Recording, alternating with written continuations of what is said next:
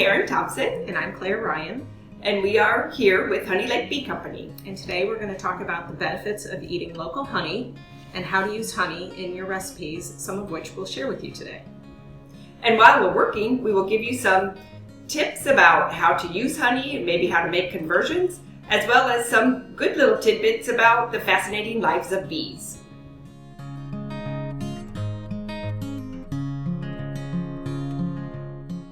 Okay, our first recipe is chocolate peanut butter no-bake energy bites.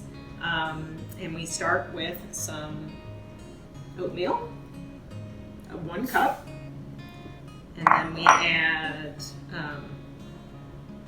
2/3 of a cup of coconut flakes. And you can toast those too if you want, right? Yes. And then 1/2 cup of peanut butter.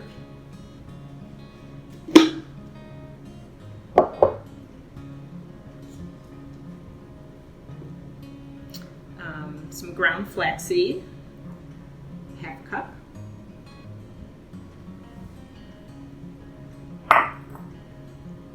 Then some honey, 1/3. Half a cup of honey. So I make this recipe. It's a pretty easy recipe to double. It makes a lot of, ultimately we're going to be rolling them into little balls, so you'll just be prepared to make a lot of little rolled balls. And they're really, like what I've used them for is I've made them and then taken them with me like backpacking or hiking, or they hold up really well and they're a good little source of energy. Then we've got cocoa powder, 1/4 cup. It's a little bit more. We like chocolate. And it's good for you. Yeah. And a tablespoon of chia seeds. And then the hardest part of the whole recipe is mixing it up. And we have vanilla too. Oh, right, thank you. And a tablespoon of vanilla. Teaspoon. Sorry. A teaspoon of Did I vanilla. get? You gave me a tablespoon. Oh, That's okay. So we'll scan. 1/3 of a tablespoon.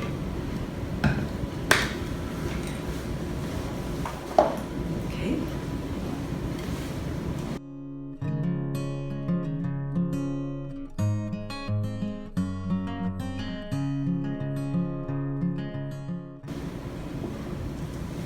And then this all gets mixed up, and then it's put into the refrigerator for how long is it? Like 20 minutes or so, Yeah, just to get a little firm it firm. up. And we'll be back to roll them out.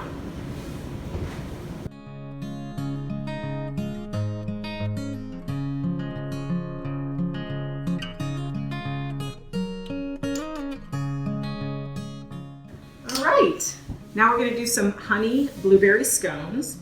We're going to start with 2 cups of flour and a tablespoon of baking powder. And when you use baking powder in recipes with honey, you want to use an extra 1/2 teaspoon that you normally would use in the recipe to make sure that you are able to lift the ingredients with the rising power, because the honey makes it a little bit more dense.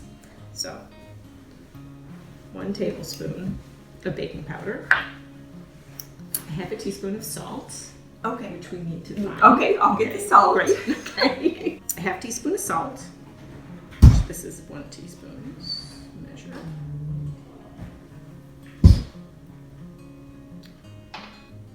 All right. So these we're gonna mix up and add our butter to it. Thank you. And then it's 8 tablespoons of cold, unsalted butter that is cut and diced. All right, we're gonna cut in the butter, and you can use a pastry cutter, or 2 knives works just as well. It just takes, a little more time.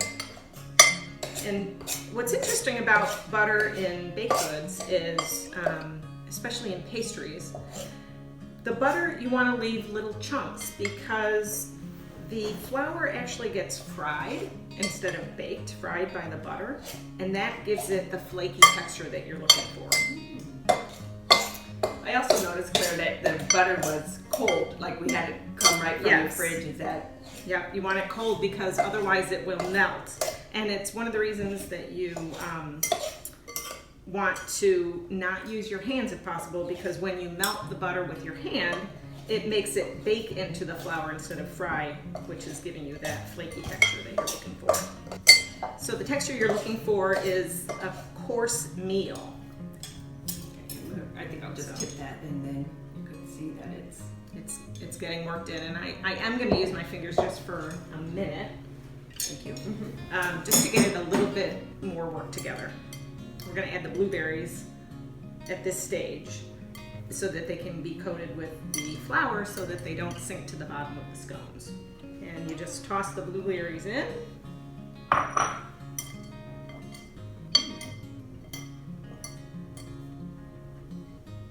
And you're good to go. So another tip when using honey is anything that you're going to use to measure your honey in. So like I would pour this into either a teaspoon, or like if you're using a cup or something, if you spray a little bit of, this is canola oil, but if you just spray your teaspoon before you put the honey in, it'll come right out. So I'm going to do that here. Do a little light coating on there. And so now, I'll have you hold that. I'm going to take the lid off. And now we're going to put the honey in there. This is going to be 2 tablespoons. And this is some of the honey that is earlier season harvest. That's by the light color of it. Typically it's lighter in the spring. And then as the season goes on, you'll get a much darker. Sometimes it just really depends on the flowers that are blooming and doing well. And then you can see it just comes right out of that spoon. Okay, so then we have the buttermilk, right? The heavy cream. And an egg.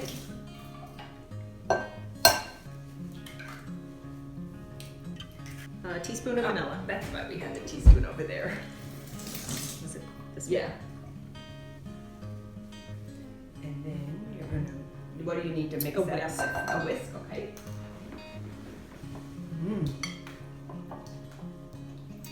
So then the oven gets preheated to 350.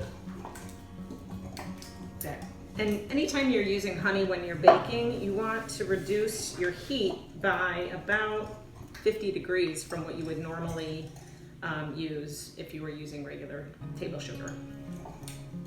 And when you're using honey instead of sugar, you'll want to use 25% to 50% less honey than you would sugar. And we've done that already for all the recipes that we're making today. And sometimes you find recipes that already do that conversion for you. You know, if you're just looking up recipes, you could even look up recipes with honey in it, and then you don't have to worry about the conversions that we're telling you about. Right. But if you have a favorite recipe that you'd like to try with the honey instead of normal sugar, then you'll want to use that conversion. And then you just pour the liquid over the dry.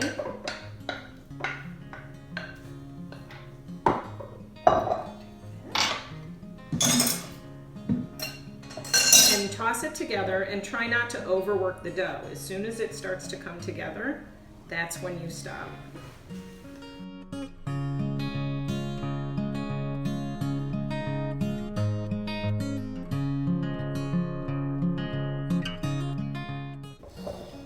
So that's, it looks like it could be a little bit more together, and that's right when you want to stop, because as you're putting it onto your floured surface and shaping your dough, you're going to mix it even more. So, okay, now we have our floured surface, and we're going to dump the dough out and bring it together. I have to say, I've had your scones many times, but I've never actually seen them being made. Is that right? So you want to pat it into a circular shape, just about an inch, maybe a little more than an inch. And I can see the butter chunks in there too. That's Yes. how it's supposed to be, right? You want to see butter chunks. Yeah.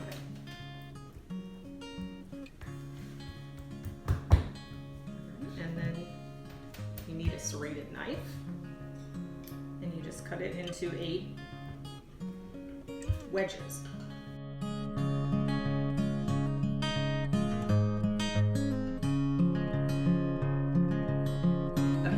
And we're going to put some parchment paper on it. Okay.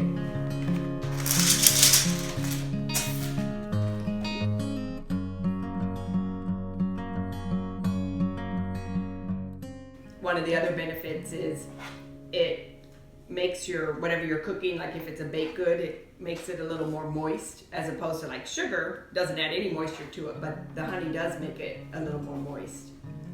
So bread, a lot of people, will make a honey bread.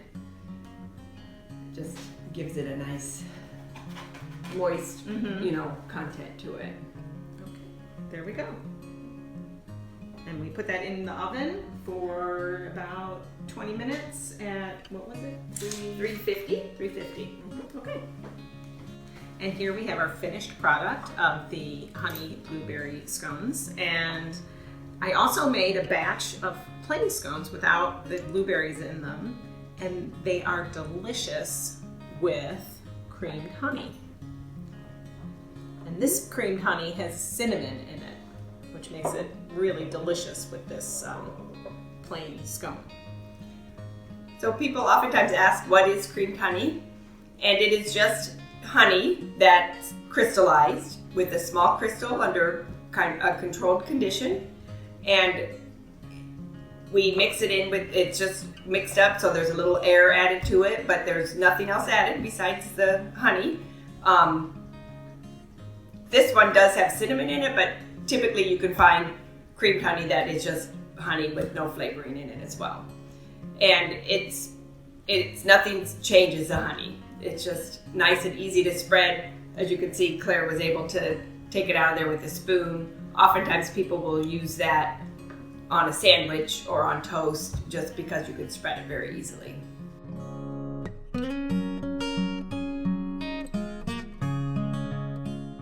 And these are Lulus walnut bars. The recipe will show you. And they have honey and walnuts on a shortbread crust. And they're really very delicious.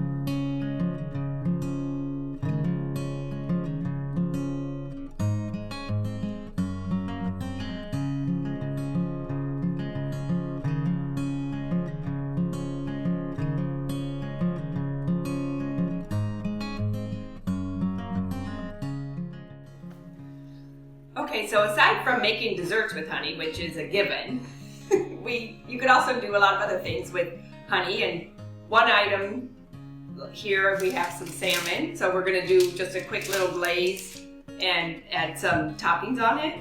But you could also do a quick dipping sauce out of honey and mustard. So basically it's kind of what we're doing. So this, I've already put in some Dijon mustard and some honey, and I'm just gonna mix that together.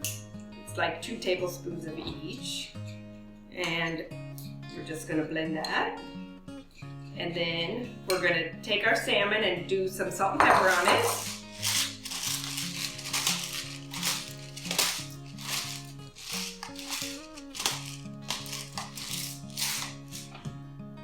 and then we're taking our mixed up glaze and we're just going to brush it on the salmon. Anytime you're cooking with or baking with honey, you want to reduce your temperature by 50 degrees if your recipe originally didn't call for honey. Most recipes that call for honey in the recipe will already have made that conversion. And so this one is a recipe. It's called crusted roasted salmon. And so it already has the right temperature. So I did a liberal covering on that. And then you can come back, and that just kind of makes it so everything will stick to it. So the other things we're going to add to it is breadcrumbs. Just you could buy a mix of breadcrumbs. You could get them with like coconut or whatever seasoning you'd like. I think this is just a plain breadcrumb. And then some crushed up pecans to go on top. So we're basically going to just sprinkle this on and press it into it if you have to. Like so.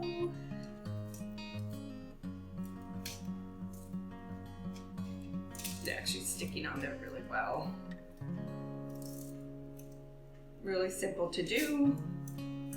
And then if you like your pecans on there, that is a nice crunchy topping.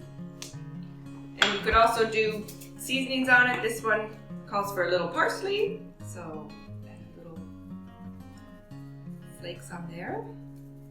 And I think we're just gonna then bake it in the oven, which is preheating at about 400 for 10 to 15 minutes on the salmon. And that's it. That's simple, and it's a nice, way to make kind of a gourmet dish out of just salmon. And that's what it looks like. So we'll pop this in the oven now.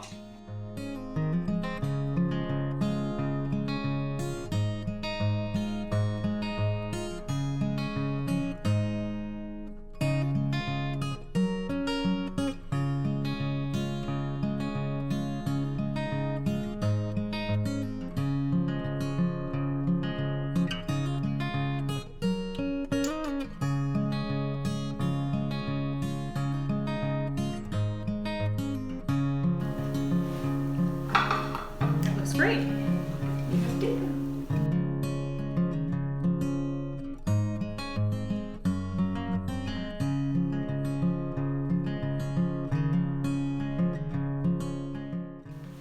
Okay, the next item we're going to make is a hot drink. It's lemon and some ginger that we're going to pour some hot water onto and let it steep.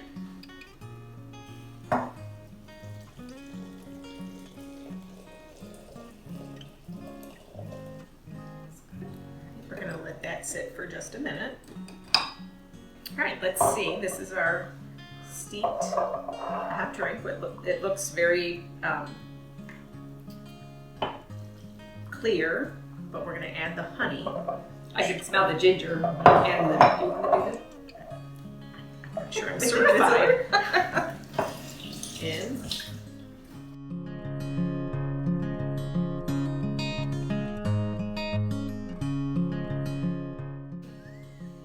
I failed drizzle school. Well. So when you come out, you can turn it a little bit, twist it as you're coming out. There you go. There you go. And And then hold it sideways, don't turn it anymore, and it'll run out the grooves. There you go. It'll drain out the side of the grooves if you hold it sideways. I never knew this. This is all new information to me. I do have Let a it lot. spin. And you kind of There like you go. that loop it there. So one thing, like you could clearly do this with tea as well. If you were making hot tea and you wanted to infuse herbs or lemon and ginger. But sometimes you might want to have a hot drink in the evening and you don't necessarily want to have the caffeine. So this is just a way to enjoy your hot drink without the added caffeine. Plus, it's soothing. The honey will, make your throat feel good, and the ginger has good health benefits as well. And now we will have a little sip. Cheers.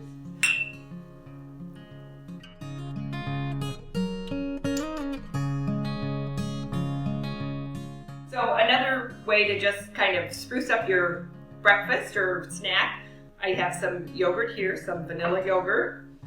And you can throw some blueberries on it, of course. And another thing that you could find from your local beekeeper is pollen. This is bee pollen it's flower pollen that the bees have collected when they're going and doing their collection of the nectar from flower to flower. They're also pollinating, not on purpose, what just happens. And pollen is very good for you. And you could also put a little honey on there too.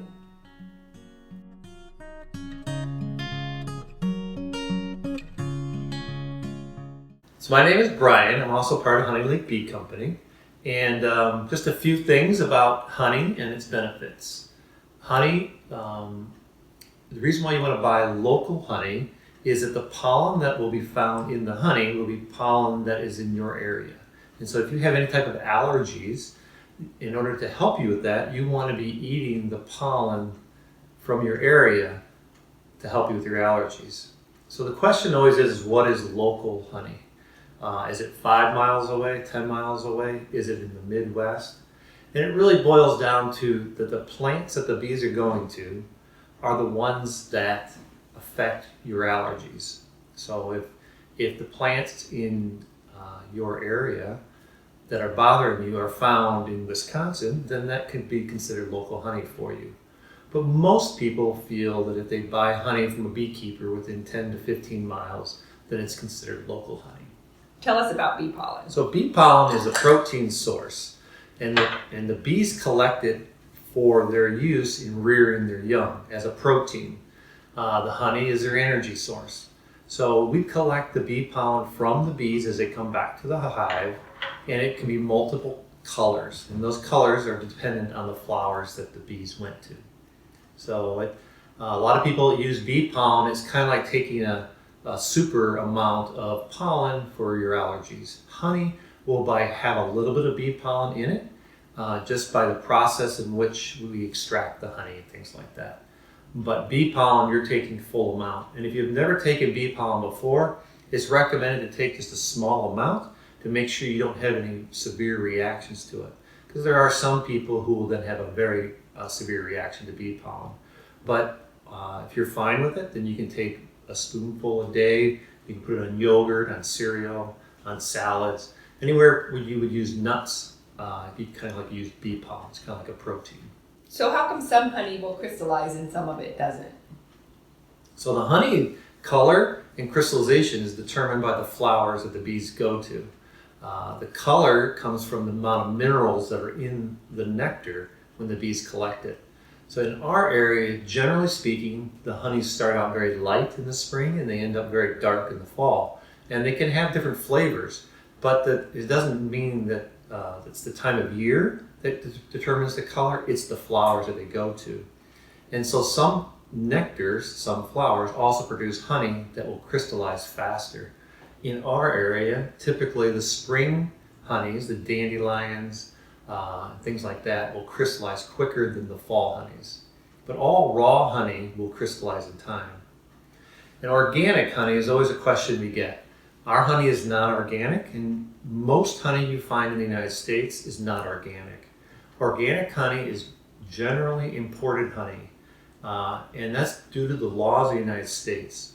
The laws say that if you produce organic honey, your bees, everywhere they go, has to be organic.